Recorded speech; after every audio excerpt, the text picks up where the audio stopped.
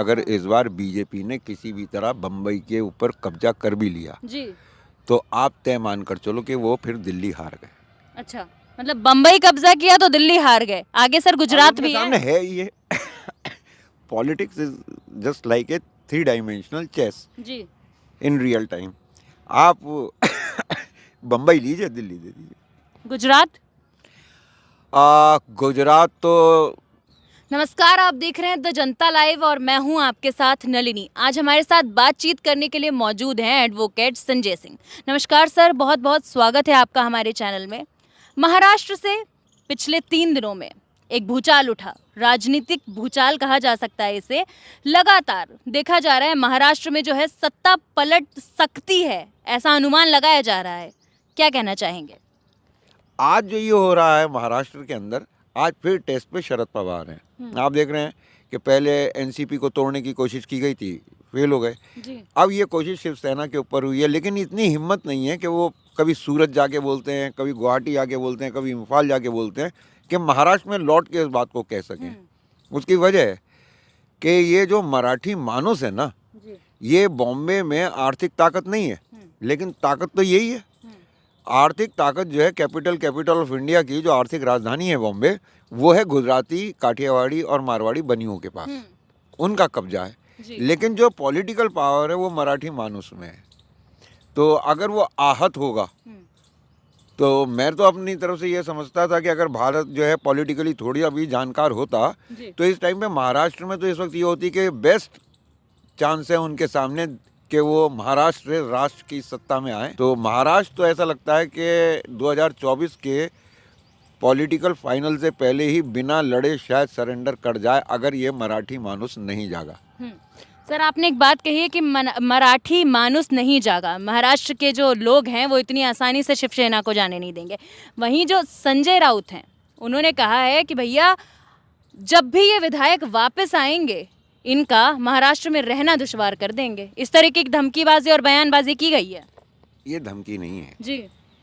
ये उन्होंने उस वस्तु स्थिति को जो भविष्य में होने वाली है आज आपको बता भर दिया है कि जब ये वहाँ लौट कर आएंगे जी। तो इन्हें जाना तो अपने ही समाज के बीच में है, अपने ही लोगों के बीच में है। जी। और अभी आपने जो कहा ना राजनीतिक भूचाल, मेरा मानना ये है कि ये प्रेशर पहले से पहले ही इन विधायकों को महाराष्ट्र में घुसने के बाद जी। इस बात के लिए मजबूर करेगा कि वो अपने फैसले पर पुनर्विचार करें।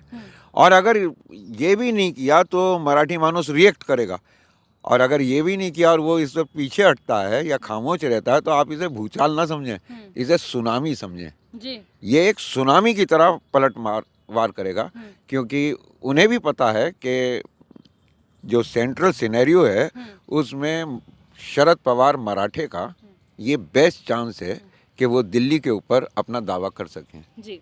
एकनाथ शिंदे ये नाम बहुत उभर कर आया है पूरे मामले में। 37 विधायकों के साथ वो जाकर गुवाहाटी में बैठे हैं और अब वो कह रहे हैं कि मैं वापस शर्तों पर आऊँगा।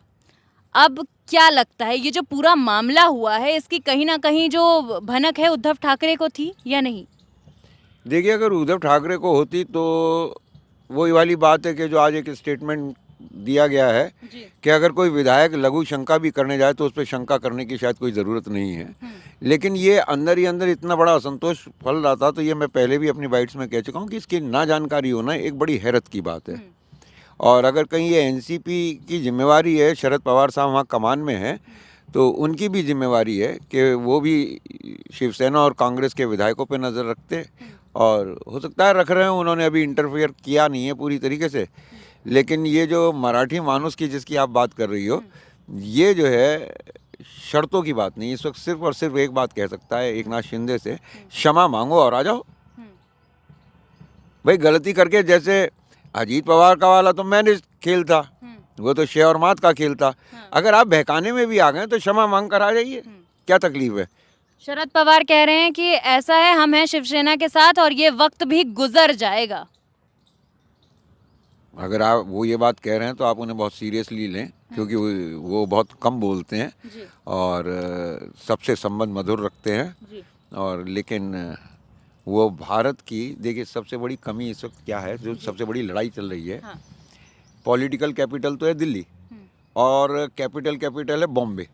बॉम्बे की थैली के बिना भारत में इलेक्शन कराना, आज भी अडानी अंबानी बॉम्बे बेस्ड तो हैं, जिनकी वजह से ये सारा खेल पूंजीवादियों का चल रहा है। जी। तो अब ये जो है आर्थिक राजधानी शरद पवार साहब के कब्जे में है। तो बीजेपी की को जो थैलियां मिलनी थी खुले मुंह से, वो बंद मिल रही हैं। वो उनके पास, उनके कब्जे में नहीं है थैलियां। तो बीजेपी 2024 से पहले हर हालत में बॉम्बे पे कब्जा करना चाहेगी। लेकिन उधर भी दांव पे उतना ही बड़ा है कि अगले बहुत साल तक फिर कोई मराठा दिल्ली की दावेदारी नहीं कर सकता। पिछली बार तो शायद 250 साल पहले सदाशिवराव भाऊ ने की थी, और जड़ें तो वहीं हैं, नागपुर में, महाराष्ट्र में। शरद पवार ने कहा कि हम पार्टी के साथ हैं, और अब अजीत पवार जो कि उप मुख्यमंत्री हैं महाराष्ट्र के, उन्होंने कहा है कि सत्ता में शिवसेना बनी रहेगी, बहुमत अभी भी उनके साथ है और फैसले लेने का अधिकार अभी भी उन्हें है। क्या लगता है, कहीं ना कहीं बहुत बड़ा बयान है ये? दोनों के बयान बड़ा और छोटा नहीं है जी। दोनों वस्तु स्थिति बता रहे हैं। जो संवैधानिक व्यवस्था है उसके हिसाब से बहुमत कहाँ सिद्ध होगा। मान लीजिए सारे के सारे विधायकों ने चिट्ठी दे दी राज्यपाल को और कहा कि साहब हम साथ नहीं, बहुमत कहाँ पे साबित होगा? बहुमत साबित होगा फ्लोर पे, और फ्लोर कहाँ है? बम्बई में। और विधायकों को कहाँ जाना पड़ेगा? बम्बई।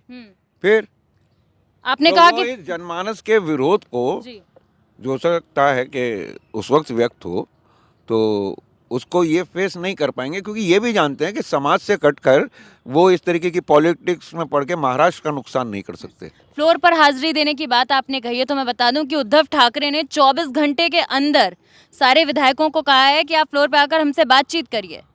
क्या लगता है, अल्टीमेटम जारी किया है उन्होंने 24 घंटे का, कि 24 घंटे के अंदर अंदर आके आपको महाराष्ट्र में हमसे बातचीत करनी होगी? वो महाराष्ट्र में बातचीत करने के लिए कह रहे हैं जी। और अगर वो ये 24 घंटे की भी नहीं मानते, हाँ। तो संवैधानिक व्यवस्था है कि अविश्वास प्रस्ताव आएगा कि सरकार गिर गई है, फिर सरकार कहेगी कि नहीं हम सत्ता में हैं, तो फिर ये होगा कि भाई बहुमत कहाँ होगा तय? बहुमत तय होगा सदन में। तो सदन बुलाया जाएगा, और सदन कहाँ है? बम्बई में है, तो बम्बई इन्हें जाना पड़ेगा। तो वहाँ ये उस जनमानस का मुकाबला कर पाएंगे, आक्रोश का मुकाबला कर पाएंगे, ये बहुत मुश्किल इस वजह से लग रहा है क्योंकि मराठी मानुस भी जो है वो इस बात से आहत है।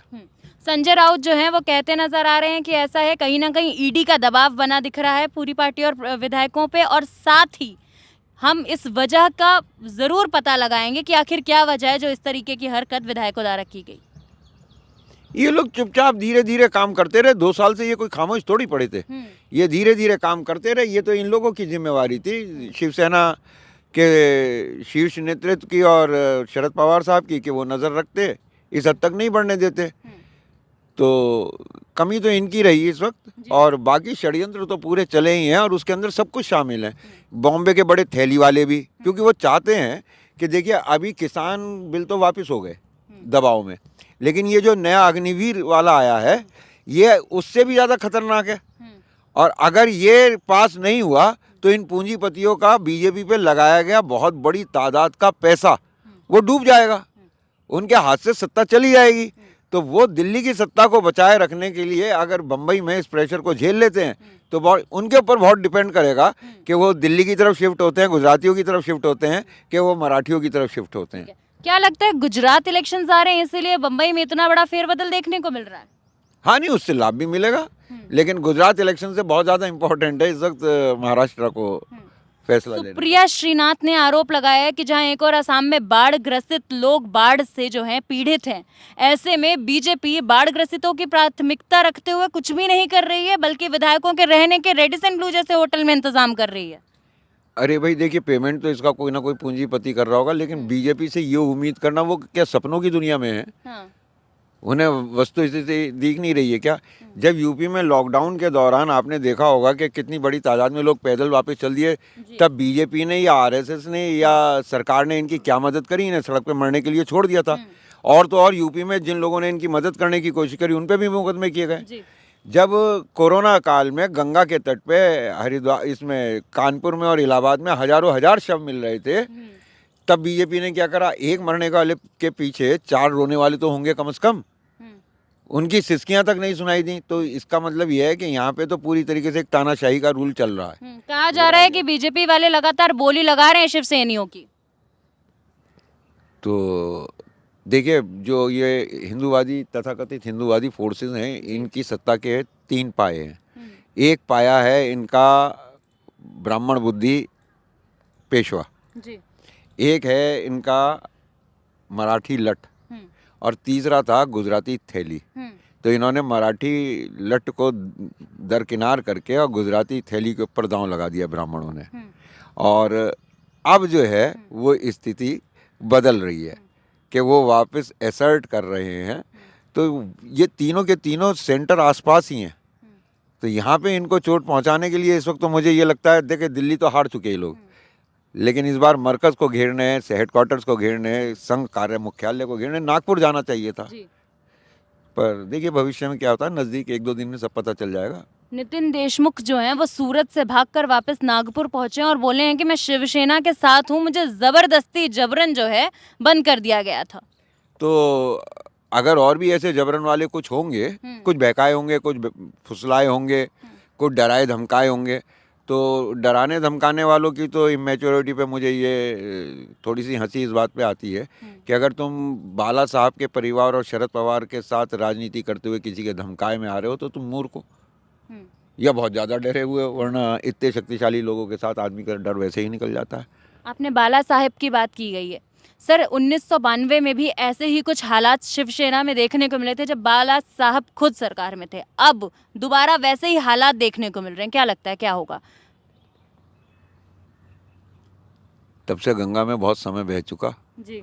और अब तो आप ये समझिए कि बाला साहब और शरद पवार दोनों एक ही में हैं। तो वो जिस चीज़ के लिए लड़ रहे हैं, उन्होंने सत्ता दिलवाई, बाला साहब के परिवार को पहली बार शपथ ग्रहण कराई। अगर ऐसा नहीं होता अब की बार, तो आप एक बात समझ लीजिए कि बीजेपी राष्ट्रीय पार्टी और बड़ी पार्टी, और इसका इतिहास ऐसा है कि ये जिसका समर्थन लेती है उसे खा जाती है। अब की बार शिवसेना को खा गई होती तो शिवसेना जो आज बच रही है वो बच भी शरद पवार साहब की वजह से ही रही कि उन्होंने सांस लेने की गुंजाइश दे दी और सत्ता में इनको पहुँचा दिया।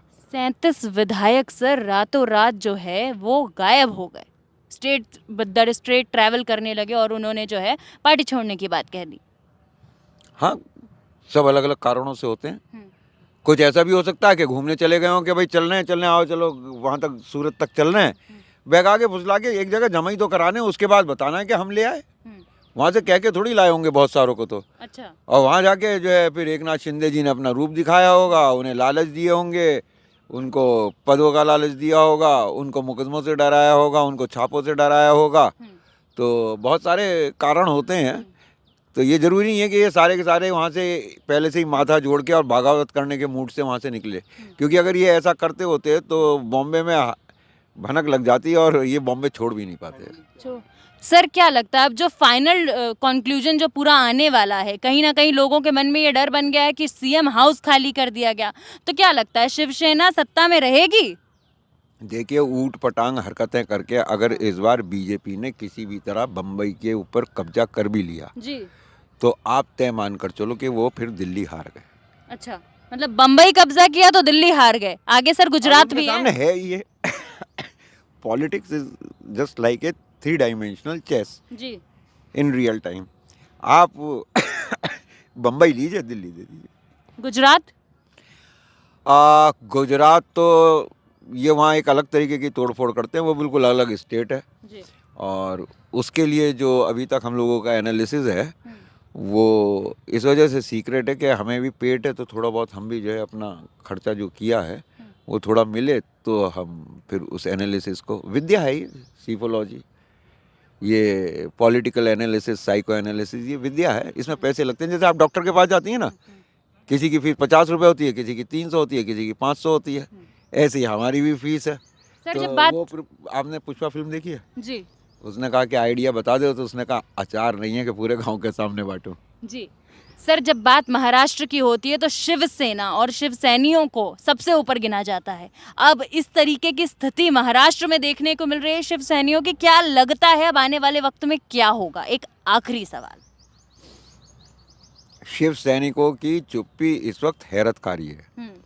बाला साहब के टाइम में ये रिएक्शन एकदम आया करती थी। जी तो मुझे जहाँ तक है कि देखिए दुनिया में चाहे ईश्वर की सत्ता हो, चाहे अल्लाह की हो, चाहे गॉड की हो, चाहे यहोवा की हो, किसी की भी हो, प्रकृति के नियम नहीं बदलते। सत्ता किसी की भी हो, ग्रेविटेशनल फोर्स तो रहेगा ना। क्या लगता है सर, तूफान से उसी पहले वाली तरीके- खामोशी जी है? जी, ये सुनामी के टाइम पे भी सन्नाटा हो जाता है। सुनामी पलट मार कर सकती है, उसमें दिल्ली चला जाएगा। अच्छा, तो मतलब कहीं ना कहीं सर कहना चाह रहे हैं कि जब शिव सैनी उठेंगे तो कहीं ना कहीं लपेटे में दिल्ली को ले जाएंगे। महाराष्ट्र तो जाएगा नहीं हाथ से, दिल्ली भी इनके हाथ से जाएगा।